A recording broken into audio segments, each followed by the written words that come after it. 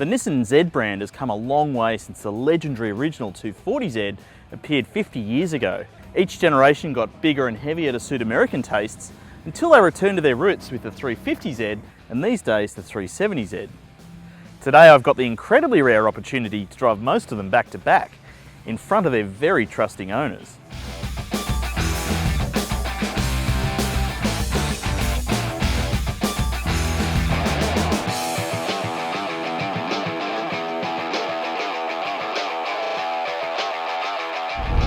So Paul, this is the 240Z, this is where the Z story started. Exactly, yeah. I'm pretty sure this is a 70, but we'll check with David. 77, year after introduction? Yes, I'm pretty sure that's right. Right. And so this is very few owners. I think it's only got 2 owners, this car. Wow. We'll just check the... So visually very similar to the 260Z, which is probably more common, the 260Z. Not necessarily in Australia. I mean, certainly the 240 came here first in 1970, yep. And the 260 was like 74, 75. Right, okay. Yeah. And so these are carbureted. Yep. So no fuel injections. You do get later ones that are fuel injected. And they were an SU copy, weren't they, the cars? Correct. Yep. Yeah. Yep.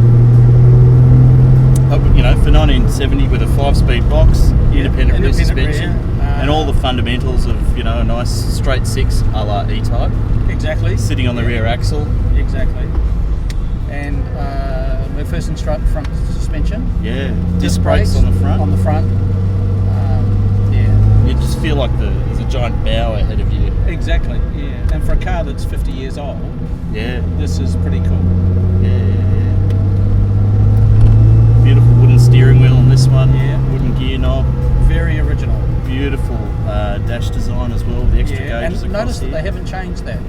It's still the same dash configuration as the latest. Yeah. Good on them. Yeah. Good on them.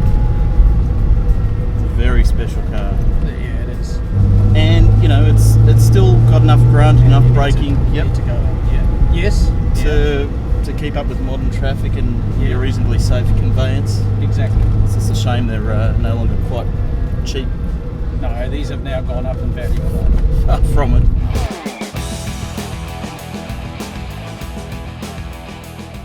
Now we're with Lindsay in his 280ZX, and can I say it is brand new, pretty much. Pretty much. It is beautiful. It's a black 280ZX. What year? 1981. 1981, and to look at it, it is completely original, but it is absolutely immaculate. All the plastic is fantastic. All the controls and knobs, everything works. Everything works. It's black. A black car from 1981 that's immaculate. The wheels are exquisite. Yes. And in all honesty, the 280SX is the point where people say, oh, they got a bit slow and fat. Correct. Yeah. But I think time has moved beyond that, and these days they hold an appeal as just a nice, easy cruiser. It doesn't matter that they're not fast. No. Well, these are the S130 platform. Yep. So the original platform got updated, or? Yeah. So the original were S30s, the 2 doors. Yep.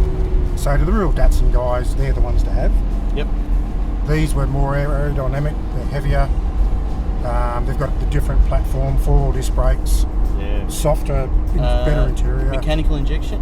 Fuel injection. Yep. But is it mechanical or electric? No, electric. Really? Yeah. So Wow, it's full ECU. Wow. The black is exquisite. Did you have you treated the black? No. Really? As I bought it. Oh my goodness. It's Thunder Black. Wow. And to be honest, I personally have not seen another black one.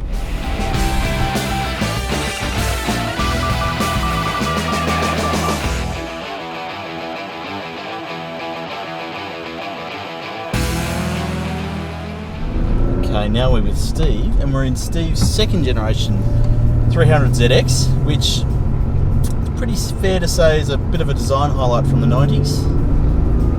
But it's not just any 300ZX, this is a 25th anniversary. Yes. Which is 25 years ago, giving me here for the 50th anniversary. Correct. But a Steve Millen special. Yes. And what's the significance of Steve Millen with this car?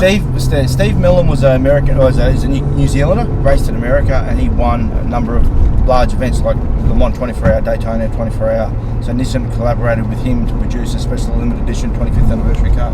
Wow.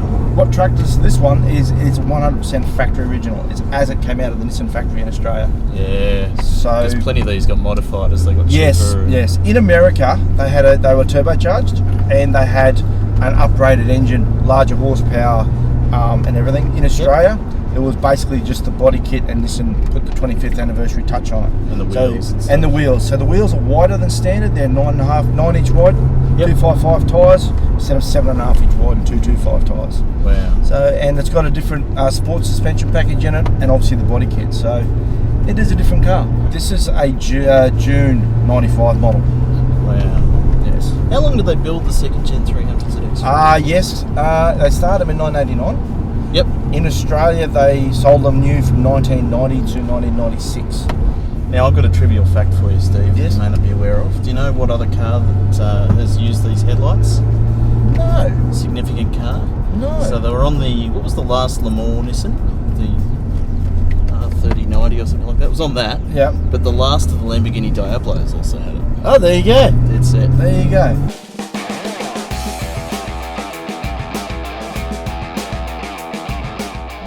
So Grant, here we are in your 350Z, the car that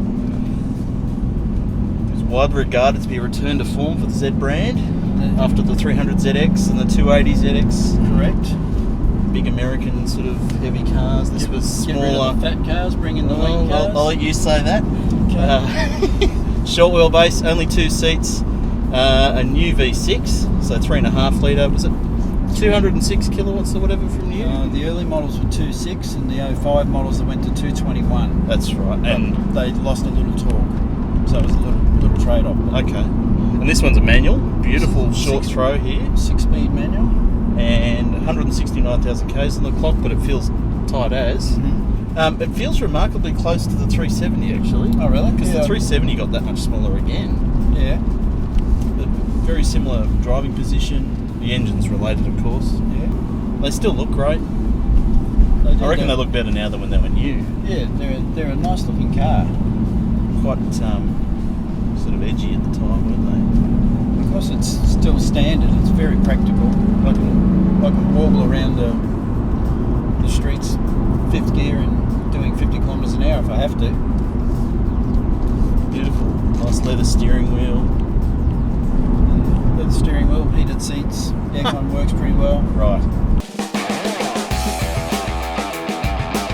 And then in 2008, things got even better again, with the 370Z that's still on sale today. The new car was shorter, lighter, and promised even more driver appeal, and still really hasn't got a direct rival until the new Supra arrives next month. So it's doing alright for an 11-year-old design. And this latest version I'm driving now commemorates 5 decades since the original 240Z landed. Limited to 50 examples for Australia, you won't be able to miss its retro decal package and contrasting bonnet, boot lid and roof sill paint. If you don't like the red on white, you can also get black on silver. The interior has also been jazzed up, with red stitching and special seat trim and 50th anniversary badging. You can get your 50th anniversary edition 370Z in either manual or auto, and this level of exclusivity adds a $3,000 premium over the regular Z.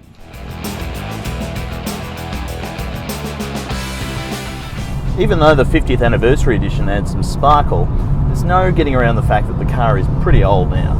The exterior design isn't quite as interesting as it was 10 years ago, and the interior is full of hard plastics and kind of old looking surfaces, and this multimedia system really doesn't cut the mustard in a car of this price. The 370Z was a special proposition in 2008, and it's nothing short of unique these days. You just don't find the classic layout of a naturally aspirated V6, rear drive, 2-seat coupe with a manual transmission anywhere else. Given we're so used to the low-down urge of turbo engines these days, it's surprising how many revs even the big V6 needs to get up and go. But this is really satisfying when you're having a blast, and the beautiful inlet howl only gets better and better as the revs climb. The driving position is a bit tall though, no matter how you adjust the seat or wheel, which isn't reach adjustable. The Toyota 86 feels like you're sitting on the road by comparison, and the manual gear shift is a bit spongy for a performance car. While it would have been nice if Nissan had replaced the 370Z about 5 years ago, I'm glad it's still here. The new Supra is likely to show it a clean set of heels, but the 370Z is still very clearly the second most exciting Nissan in the lineup.